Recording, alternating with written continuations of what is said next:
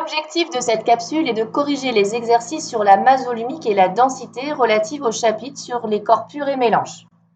Alors un petit rappel dans un premier temps. Qu'est-ce que la masse volumique? La masse volumique, c'est le rapport de la masse d'un échantillon sur le volume grand V qu'il occupe. La masse volumique se note généralement ρ et est exprimée en grammes par millilitre. Dans ce cas-là, lorsque vous appliquez la relation, il faut que la masse de l'échantillon soit en grammes et que le volume soit exprimé en millilitres. La masse volumique correspond en réalité du coup à la masse de l'échantillon qui occupe un volume de 1 millilitre. Parallèlement à cette grandeur masse volumique, on définit en règle générale la densité. La densité consiste finalement à comparer la masse volumique d'un solide ou d'un liquide par rapport à un corps de référence qui est l'eau. La densité est notée D et s'exprime sans unité. Elle est donnée donc par la relation D égale masse volumique de l'échantillon sur la masse volumique de l'eau. La masse volumique de l'eau est de 1 g par millilitre. Donc, il va falloir mettre la masse volumique de l'échantillon également en grammes par millilitre. Et dans ce cas-là, la valeur de la densité de l'échantillon est égale à la valeur de la masse volumique de l'échantillon, si ce n'est que la densité n'a pas d'unité. Premier exercice, on vous demande de déterminer les masses volumiques de deux objets, un tronc d'arbre et une boule de pétanque. Pour cela, on vous donne la masse et le volume de chacun des deux objets. Donc, premièrement, la masse volumique de la boule de pétanque, c'est par définition la masse de la boule sur le volume de la boule. Comme je veux avoir une masse volumique en grammes par millilitre, la masse de la boule doit être exprimée en grammes et le volume en millilitres. Donc la masse de la boule ici, c'était 700 grammes, donc elle est dans la bonne unité. En revanche, le volume est exprimé en litres, 0,27 litres. Donc si vous voulez le mettre en millilitres, ça vous fait 270 millilitres. Alors cependant, en remplaçant 0,27 litres par 270 millilitres, vous perdez les chiffres significatifs. Parce qu'au lieu d'avoir une grandeur avec 2, vous vous retrouvez avec 3 chiffres. Donc pour garder 2 chiffres significatifs quand vous écrivez 270, il faut utiliser une puissance de 10 et écrire finalement que 270, c'est 2,7 fois 10 puissance 2. Si vous faites le calcul de la masse volumique, vous obtenez un nombre avec un grand nombre de chiffres. Or, les deux données, 700 et 2,7 fois 10 puissance 2, il y en a un, il a 3 chiffres significatifs, et le deuxième, 2,7 fois 10 puissance 2, n'en a que 2. Le résultat doit avoir le même nombre de chiffres significatifs que la donnée qui en a le moins. Autrement dit, elle doit avoir 2 chiffres significatifs. Donc, on doit conserver le 2 et le 5. Mais il faut regarder également le chiffre qui est derrière le 5, c'est un 9. Donc, il va falloir arrondir à l'excès. Et on obtient du coup que la masse volumique de la boule, c'est 2,6 grammes par millilitre. Maintenant, la masse volumique du tronc d'arbre, c'est le rapport de la masse du tronc d'arbre sur le volume occupé par le tronc d'arbre, toujours en respectant les unités, la masse du tronc en grammes et le volume du tronc en millilitres. Le tronc d'arbre a une masse de 200 kg. Si vous l'exprimez en grammes, ça fait 200 fois 10 puissance 3, puisque 1 kg égale 1000 grammes. Le volume du tronc est exprimé en litres, c'est 250 litres. Donc, si je veux l'exprimer en millilitres, il faut que je rajoute 3 zéros.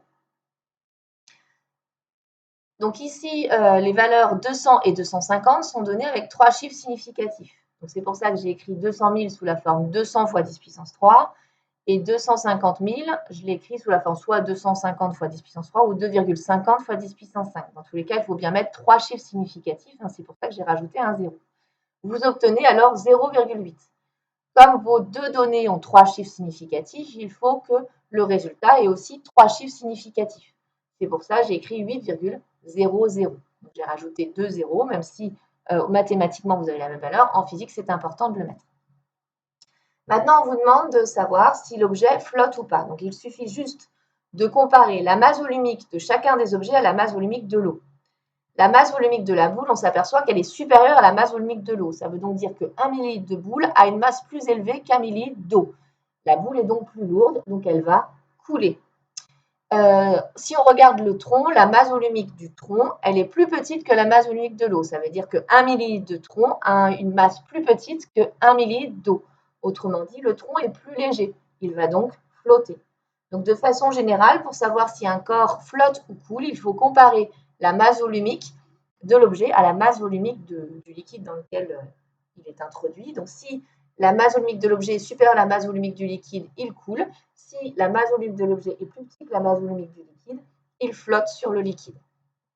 Troisième exercice, on vous demande d'identifier le solide.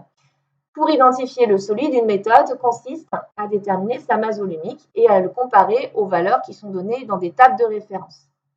Pour déterminer la masse volumique, vous avez besoin de la masse du solide et de son volume. Pour la masse, il suffit d'utiliser une balance. Là, on trouve que la masse est de 46,460 grammes, donc masse donnée avec 5 chiffres significatifs. Pour le volume, une façon de procéder consiste à le déterminer par immersion dans un liquide. Donc ici, une éprouvette est utilisée. On a rajouté 15 ml d'eau. Et lorsque, en fait, on ajoute le solide, on s'aperçoit que le niveau de l'eau s'élève à la graduation 21,5 ml. Donc ça signifie donc que le volume occupé par le solide, c'est la différence des deux volumes, c'est-à-dire 6,5 ml. Alors 1 ml, ça correspond à 1 cm3, donc finalement le volume occupé par le solide est de 6,5 cm3. Il n'y a plus qu'à déterminer la masse volumique, sachant que la masse volumique du solide, c'est la masse du solide sur le volume qu'il occupe. Et on obtient 2,16 fois 2,16 grammes par centimètre cube. Si on regarde le solide qui se rapproche le plus de cette masse volumique, c'est l'aluminium. Donc on en déduit que le solide est de l'aluminium. Exercice 5, on dispose d'un lingot. L'étiquette du commerçant indique que le lingot est en or. On veut le vérifier. Donc pareil, il suffit de comparer la masse volumique du lingot d'or à la masse volumique de l'or. Pour ça, on détermine la masse et le volume.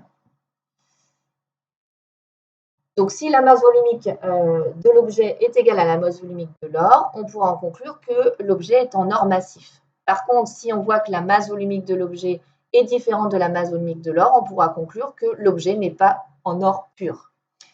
Donc pareil, comme précédemment, pour trouver la masse volumique, il faut d'abord que je trouve la masse de l'objet. Donc il suffit de le peser, je trouve 32,40 grammes.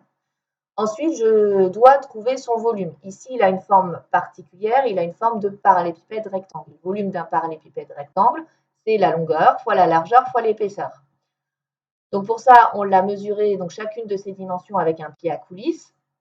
Et on a trouvé une largeur de 28,20 mm, une longueur de 50,15 et une épaisseur de 2,92.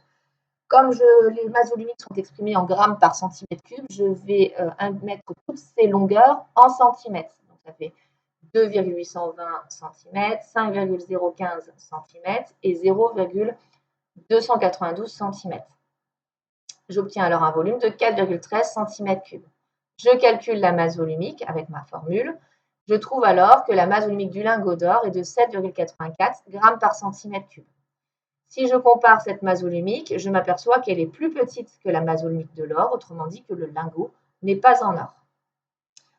Je vous ai remis un petit exercice du livre pour vous faire manipuler la formule de la masse volumique. Alors, on vous donne ici l'étiquette de l'éther diéthylique. On vous indique que sa densité, petit d, est de 0,71. Donc, comme la densité du liquide, c'est la masse volumique du liquide sur la masse volumique de l'eau et que la masse volumique de l'eau vaut 1, on peut en déduire que la masse volumique du liquide, en fait, c'est 0,71 g par millilitre. Je vous avais dit que c'était la même valeur que la densité, si ce n'est que la masse volumique avait une unité supplémentaire qui était les grammes par millilitre. Donc, si je veux déterminer la masse à peser pour prélever 100 millilitres, il suffit que j'applique ma petite formule. Je sais que ρ, c'est m sur v. Donc, m est égal à ρ fois v. Donc, ρ ici, 0,71. V en millilitres est de 100.